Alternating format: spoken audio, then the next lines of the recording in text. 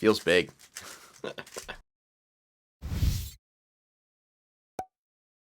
Hey, Shawnee from SpeakToReview.com. I got a package from GAN, and this is the 16 MaxL. A couple things, just first about the box. I was very confused because there's nothing here that says that it's different. I even tried going through all this, but I couldn't read half of it.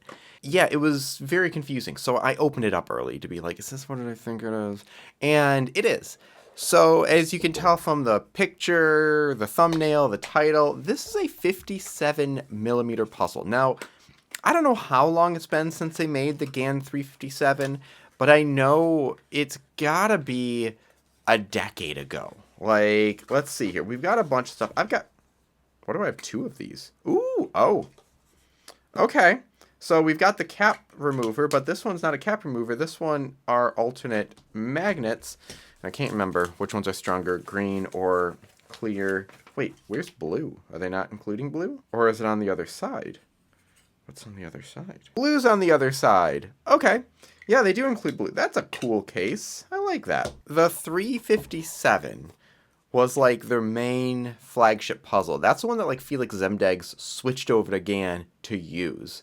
I don't know exactly how it functions, but like he really liked that one, and then I don't know who offered the sponsorship when. But it was a 357, and then 356 came out. And as y'all know, I really like smaller puzzles. However, I'm very bad at just falling for nostalgia. Things that remind me of what it was like when I was starting out, and I used a 357 for a little bit. One of my first videos was the cotton mod of the 357, where you add cotton to the pieces to dampen the sound. Let's just look at the puzzle. This one's UV coated. If we take a cap off, did that take the cap off? Almost. There we go. We have those same settings that are really nice. Let's see if I can take a piece out, and then I'm curious if I could swap with the 16 pieces. Like, did they just expand out each piece by like 0.5 millimeter? Because it looks very much the same. There's no change of magnet settings on the corners or the edges. You just swap out those magnets. I used to be so good at identifying every single one, and now I just can't. There we go. There's a 16. So corner and edge. Yeah, it feels like the pieces were just extended out 0.5 millimeter each to give a full 1 millimeter change to each side. You could potentially just make an illegal cube by having different sized pieces. But let's keep this how it is. I don't know if it's lubricated or that's just a really nice, smooth feeling nylon interior.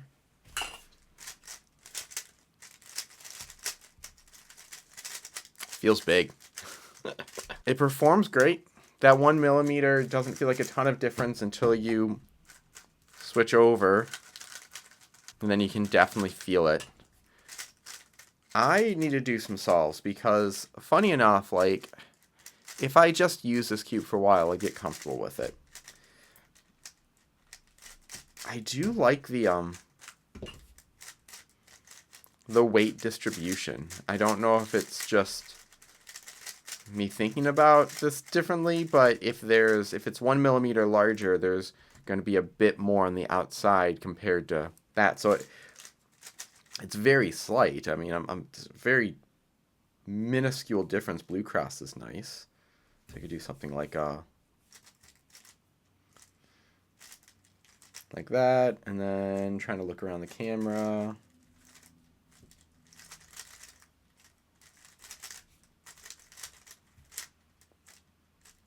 Arperm.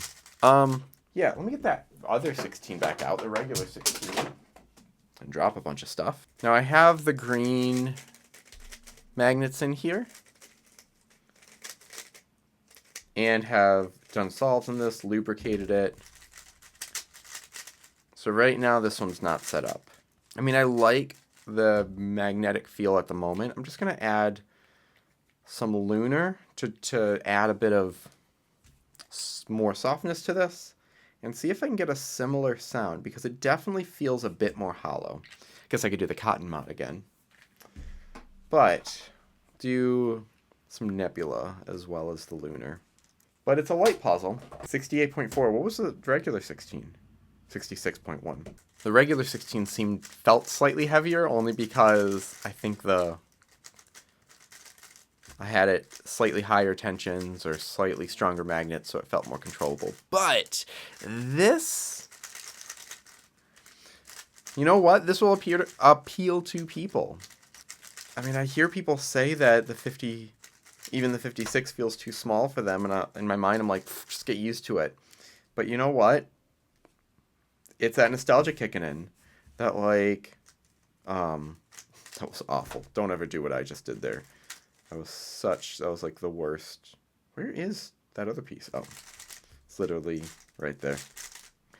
But yeah, that nostalgia's kicking in, that it feels like a cube I could use.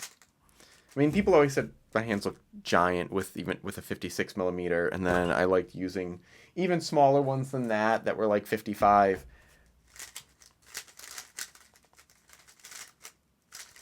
But it's a 16, just slightly larger, which I wish they did this more. I wish they would make the same cube 57, 56, 55 and let people choose. And there are some companies that have done that. There's I don't want to start name dropping other companies, but like GAN did that with their set. And I think if they did like a GAN 16 Max, then a MaxL and a MaxS or something, and that's like the smaller version, cool. That'd be great.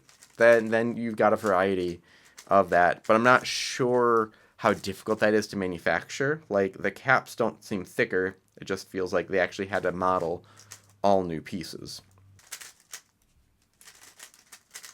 Okay. Yeah, I'm getting a little bit of, like, not catching, but where my hand's not used to it. So I think I need to tighten the tensions a bit. But I'm not getting the catching that it... As I'm saying all of this, I'm not getting some of the catching that I feel like I've gotten on the 16, although I'm getting some, but that's also my turning. Yeah, I need to try tighter tensions, change the magnets a bit. I might do a second video. I normally don't do second videos, just to kind of do unboxings, where I go back and forth, because I want to get more used to this and test it out more. So I think a second video is in order. So for right now, thank you much for watching. Hit like, subscribe for more content in the future. Let me know your ideal size of cube. I want to know, do you like 56, 57, 55, 50, or you want larger than 57? Let me know. Hit like, subscribe, and as always, keep following SpeedCube Review for more news and reviews.